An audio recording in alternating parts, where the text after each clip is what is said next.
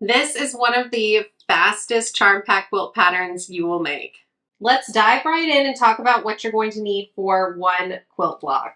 You'll want to go through your print charm pack and pick out doubles. If your charm pack doesn't have any doubles, you'll want to either have 2 of those charm packs or find another one that has a lot of doubles in it. So I'm pulling out all my singles and we'll definitely use those 2. So set them to the side. All right, so all these single charm squares that don't have a pair are going to be perfect to pair up with your doubles for the center accent of the bow tie. All right, so for one quilt block, you're going to need 2 background squares from a charm pack, and you can also just cut all this fabric from yardage or any scraps that you have as well. Then you'll also need 2 print squares that are 5 inches, and you're going to need 1 accent square. So if you're using a charm pack like me, you're going to want to cut this into 4 2.5-inch squares. All right, now that you have the accent cut into 4 2.5-inch squares, we're going to mark the back of it. Now, you don't have to mark the back of these if you have diagonal seam tape that you like to use on your machine. So on the back of each of the accent, mark a line across the diagonal from corner to corner. Just 1 line. All right, and that's all the prep work. Now it's time to sew. So you're going to place one of these accents in the corner of each one of your larger squares and line it up just like I am. All right, so then now we're just going to sew right across that diagonal line on each one of these.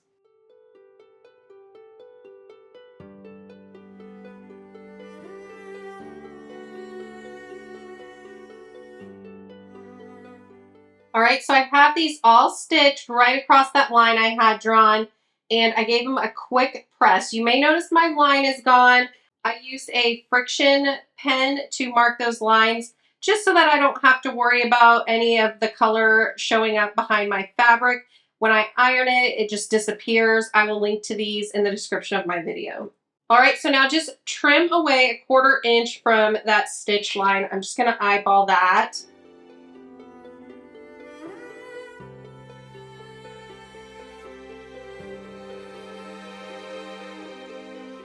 And then I'm going to press toward the darker fabric. So on my background squares, I'm going to press towards the accent.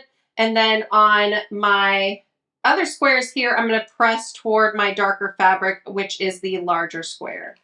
And then I just think it's so fun making the bow tie block this way because this center square gives a nice little accent. So like the knot of the bow tie is a different color than the whole tie. I just love the way this looks. So now we're just going to sew it together. So I'm going to take the top 2 blocks, place them right sides together, and sew a 1/4 inch seam across here. And then with the bottom 2 blocks, I'm going to do the same thing, just place them right sides together and sew a 1/4 inch seam. And then I'm going to press the seams towards the darker fabric.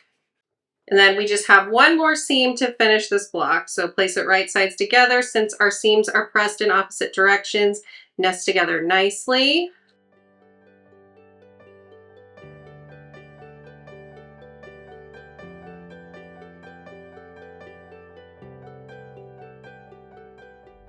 And we just have 1 more seam to press. Now, just how cute is this block? And it is so fun to make. So this block is 9.5 inches, so it'll finish at 9 inches. So just make as many blocks as you would like to make the quilt size you want.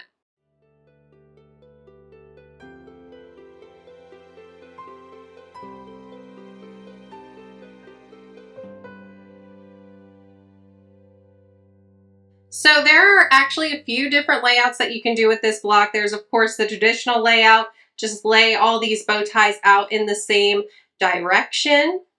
And then you could also do this fun octagon pattern. You can see how all those background fabrics come together and form an octagon. It gives us really a fun look. And then if you turn the blocks in alternate directions, you can get this zigzag pattern that you see here. And then one of my favorites is this staggered pattern. The quilt blocks are formed in diagonal rows, and then you'll need some half blocks here to offset them so that you can get this staggered pattern.